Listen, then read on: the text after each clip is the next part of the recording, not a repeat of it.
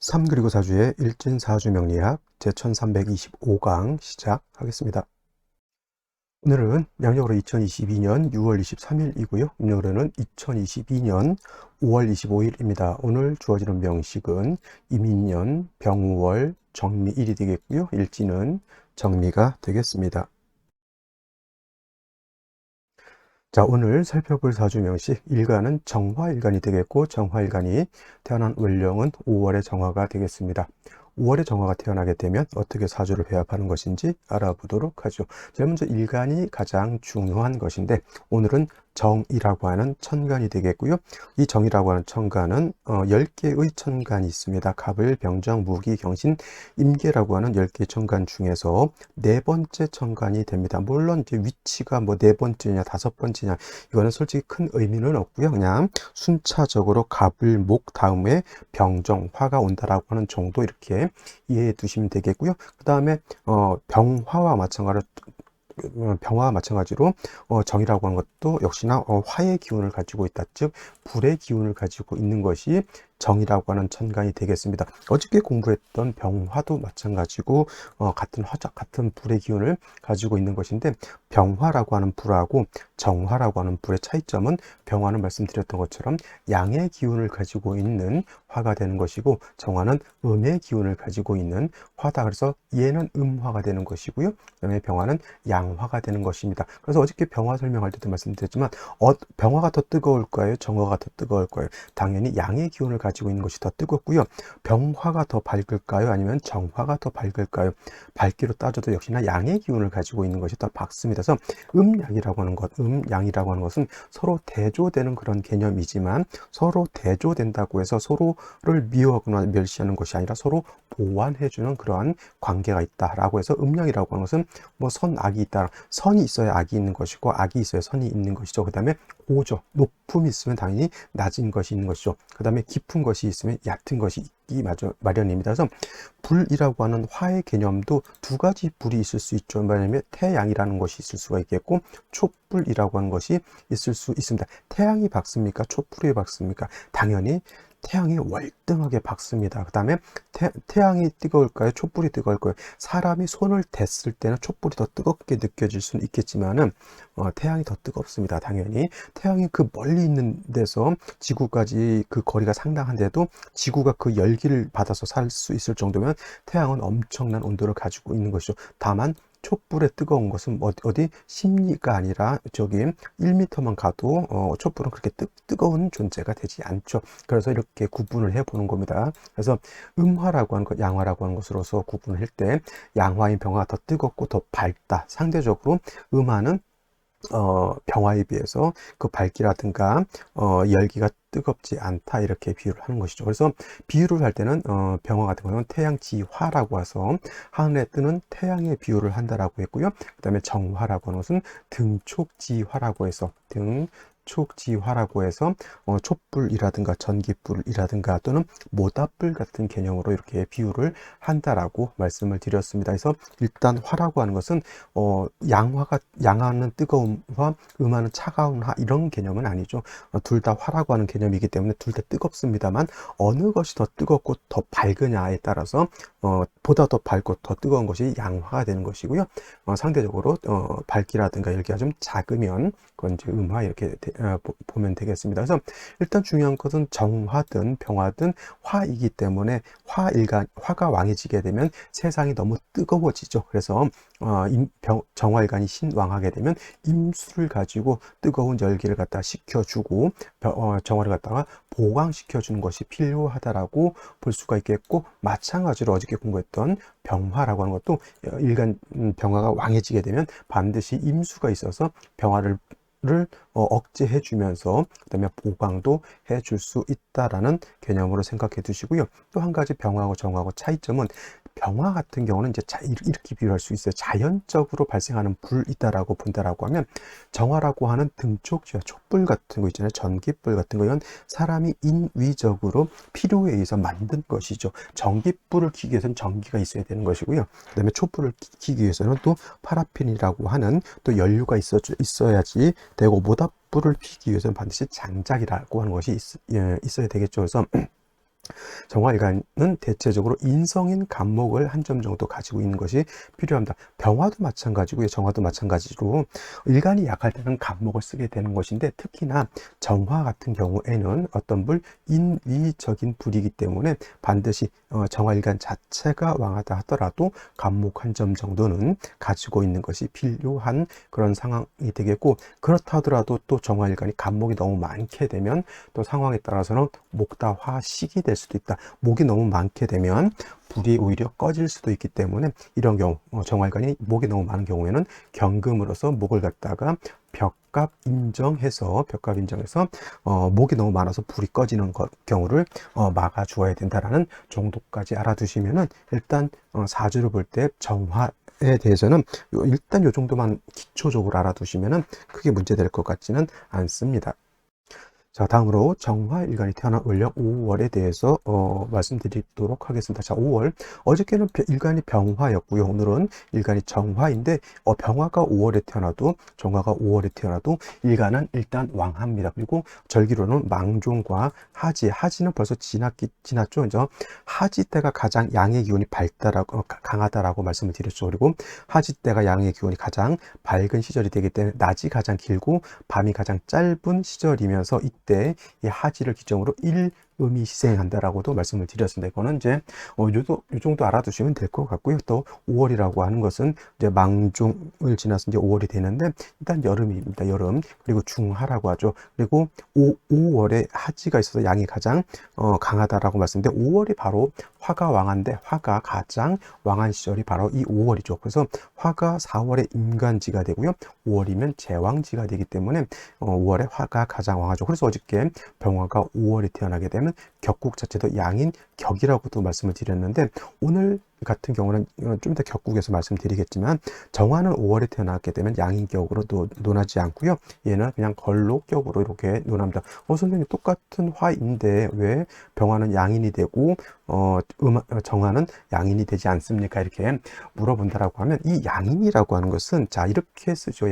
양인이라고 하는 것은 양양자에 칼날인자를 써서 양인이라고 쓰지만, 또 양인이라고 하는 것은 볕양자에 칼날인자를 써서 양인을 이런 식으로도 쓸 수 있다라고 하는 겁니다.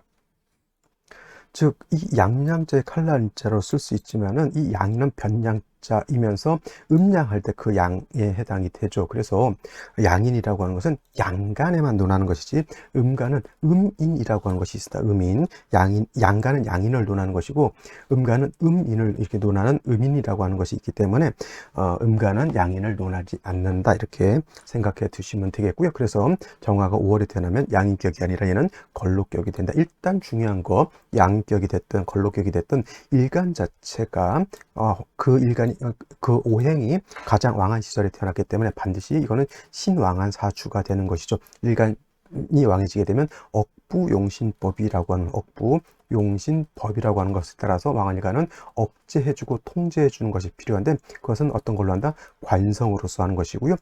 정화일간이 5월에 태어나서 일간이 왕할 때는 일단 정화 자체도 왕해지지만은 5월이면 더 어떻게 된다? 기후 자체가 여름이기 때문에 고온 건조해지기 때문에 조후까지도 생각을 해 주어야 된다라고 해서, 5월에 정화 태어나게 되면 반드시 필요한 것, 물이 필요하겠죠. 물이라고 하는 것은 수를 의미하죠. 물 숫자 수를 의미하겠는데, 이 수에는 양수인 임수라고 하는 것과 그 다음에 음수인 개수라고 하는 것이 있는데, 이 정화가 쓰는 수는 개수를 쓰는 것이 아니라 임수를 쓴다, 이렇게 알아두시면 되겠습니다. 그래서 이 임수 하나를 얻게 되면은 정화는, 얘는 정관에 해당이 되죠.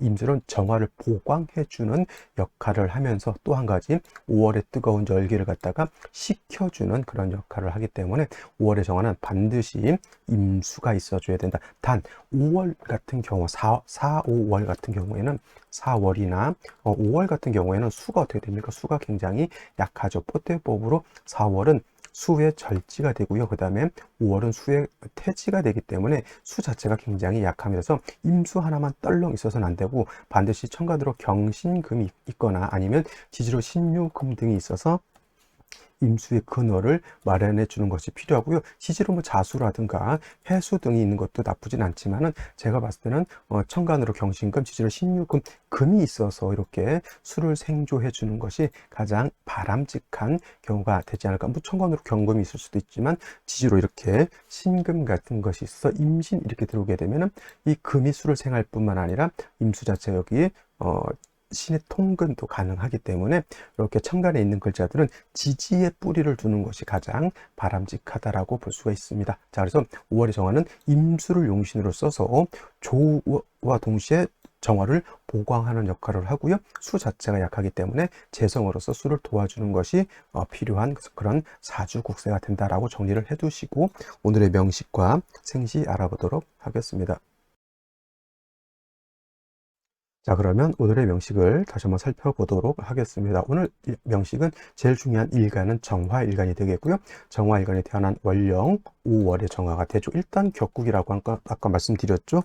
정화가 5월에 태어나게 되면 음간이 제왕지, 화의 제왕지에 태어났기 때문에 저거는 이제 어떻게 보면 비견이 될 수 있겠지만은 저거를 비견격으로 하지 않고 또 음간이기 때문에 양인격도 되지 않고요. 이거는 걸록격이라고 하는 공식 격이 있고요. 걸록격이 되면 신앙사주가 된다라고 하는 것을 염두에 두어야 됩니다. 정화는 불이기 때문에 화이기 때문에 빛을 의미할 수도 있고요. 또 5월이라고 하는 계절 엄청나게 뜨거운 여름이기 때문에 고온 건조하기 때문에 조후까지 필요하다. 그래서 왕한일간을 억제해주고 또는 보강해주고 또 5월의 뜨거운 열기까지 뭘 해줘야 된다? 조후까지 해야 되기 때문에 반드시 수라고 하는 오행이 필요한 것이고 이때 필요한 것은 임수라고 말씀을 드렸죠. 자, 연지를 보게 되면 이 인목이라고 하는 것이 있습니다. 자, 천간으로 간목의 지지 인목과 같은 것이고요. 정화라고 하는 것 등촉지화에 해당이 되고 그 다음에 인위적인 제가 불이라고 말씀을 드렸죠. 그래서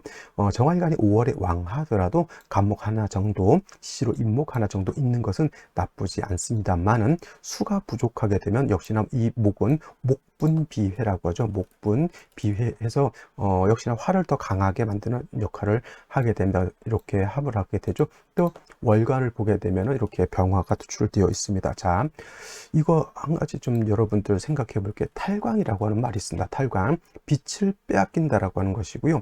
이렇게 보면 돼요. 얘는 예를 들어서 촛불이라고 생각하시면 되겠고요. 촛불. 그 다음에 병화는 태양이라고 생각하시면 돼요. 낮에 1시, 2시에 태양이 쨍쨍쨍쨍 찌고 있는데 거기다 촛불을 켜놓게 되면은 촛불은 있는 듯 없는 듯 잘 안 보입니다. 그죠?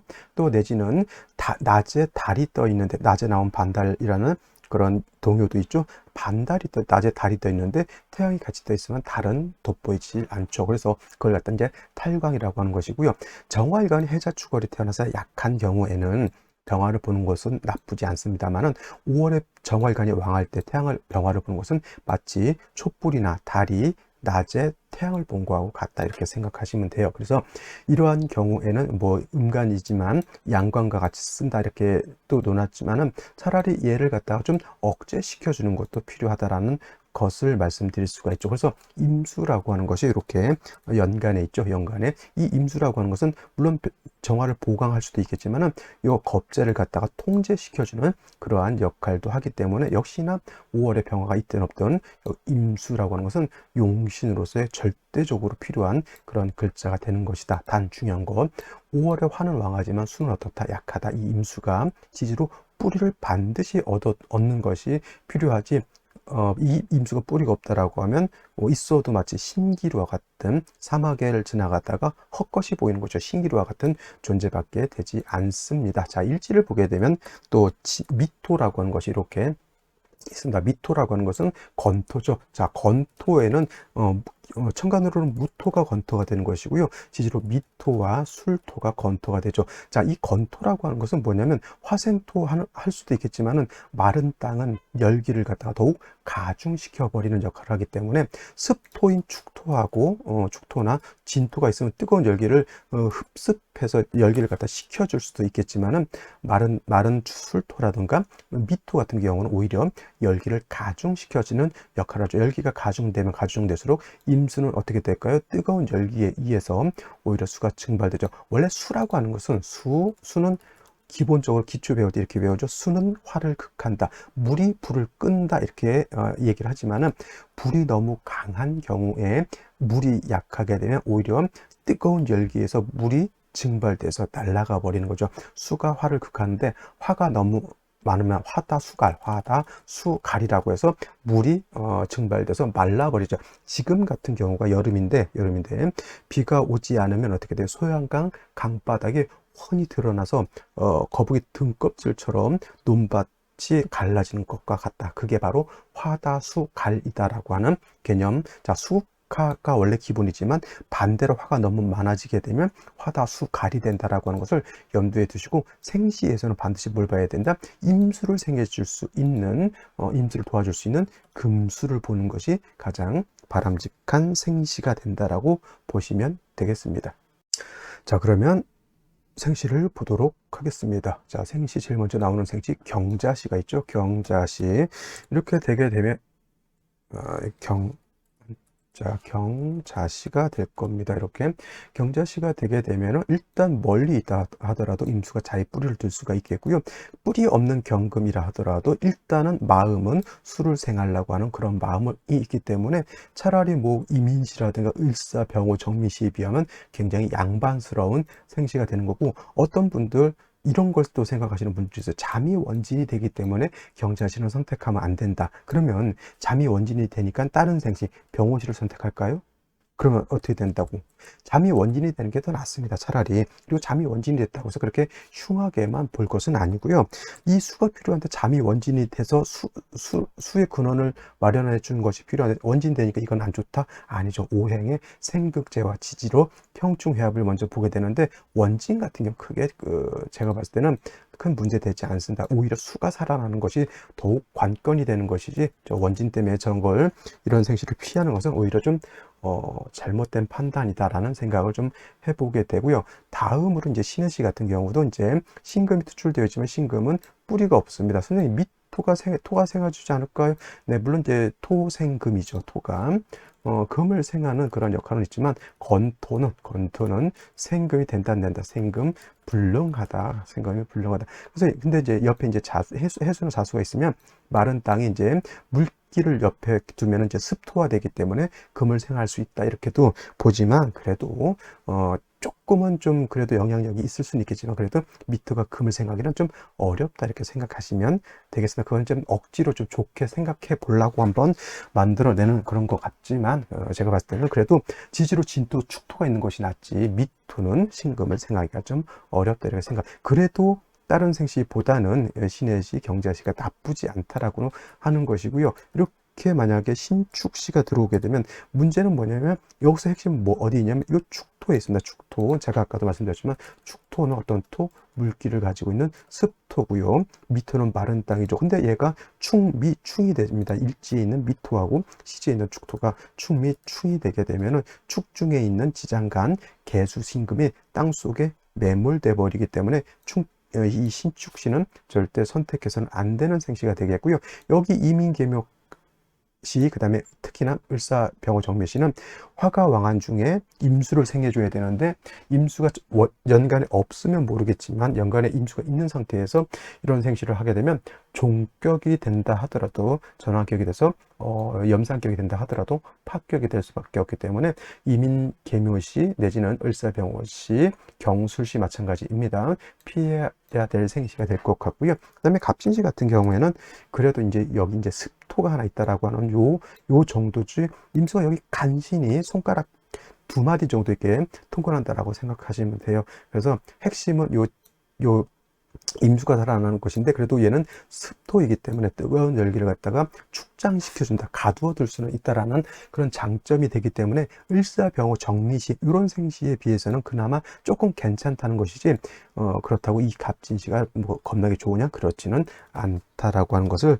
머릿속에 염두에 두시고요. 무신시가 되게 되면은 신금을 얻었습니다. 정화 입장에서는 얘가 정제가 되겠고요. 임수는 여기가 인성이 되죠. 임수 입장에서는 여기에 통근을 할 수 있습니다만, 문제는 뭐냐, 이 무토가 투출되어 있다라고 하는 것이 단점이 되겠습니다. 무토가 투출하게 되면, 무토는 아까도 말씀드렸죠. 천간으로부터 지지로 미토술토 건토이고요. 그 다음에 5월은 화가 왕한 것이 아니라 토도 같이 왕하죠. 미토까지 있어. 이거는 굉장한 왕토가 되는 것이고, 시지로 신금을 얻긴 했지만 무토투출하 해서 임수를 극해버리게 되면 이 임수는 매우 좋지 못하죠. 또 어떻게 보면 얘는 무토라고 하는 것은 정화 입장에서 상관이 되는 것이고, 얘는 정관인데 상관이 정관을 갖다 극하게 되는 것이다. 이걸보다 상관, 견관이다. 이렇게 봐서 상관, 견관하면 또 어떤 분들도 이제 침튀어가면서 이제 안 좋다라고 하는데, 물론 이거 안 좋습니다. 상관, 견관 돼서 정관을 이렇게 파하는 것은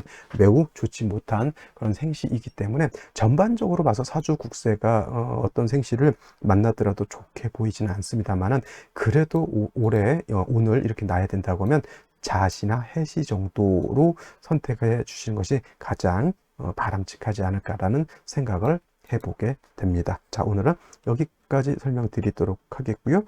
내일 또 찾아뵙도록 하겠습니다. 감사합니다.